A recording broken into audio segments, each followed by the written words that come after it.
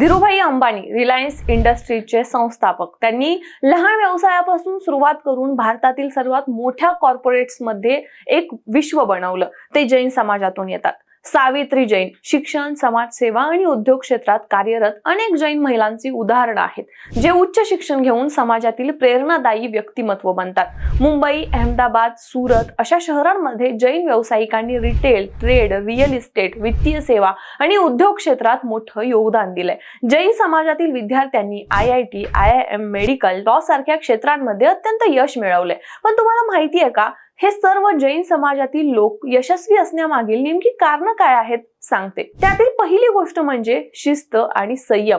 जैन धर्माचे मूलभूत तत्व म्हणजे अहिंसा, सत्य, ब्रह्मचर्य आणि अपरिग्रह. या तत्वांचं पालन केल्याने व्यक्तींमध्ये स्वयंशिस्त, संयम आणि दीर्घकालीन लक्ष्य साध्य करण्याची क्षमता निर्माण होते. जैन समाजात बालपणापासूनच शिक्षण आणि नैतिक मूल्ये शिकवली जातात, ज्यामुळे लोक लहानपणापासूनच संयमी, ध्येयनिष्ठ आणि कार्यक्षम बनतात. दुसरी महत्वाची बाब म्हणजे शिक्षण आणि कौशल्य विकासावर भर.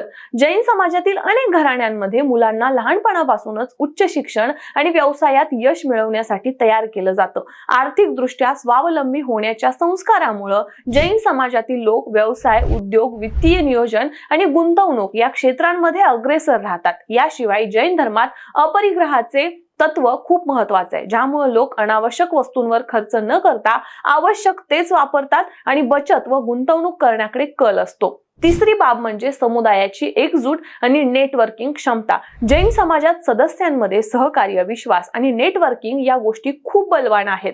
व्यवसाय किंवा शिक्षणाच्या संधींचा लाभ घेण्यासाठी समाजात एकमेकांना सहाय्य केले जाते. त्यामुळे जैन समाजातील लोक सुरक्षित, टिकाऊ आर्थिक वातावरणात मोठं यश मिळवू शकतात. या तत्वांचा संगम म्हणजे संयम, शिक्षण, आर्थिक नियोजन आणि समाजाची एकजूट हाच जैन समाजाला जगभर यशस्वी बनवणारा मुख्य घटक ठरतो. आणि त्यामुळे जैन धर्मीय लोक यशस्वी आहेत असं बोललं जातं.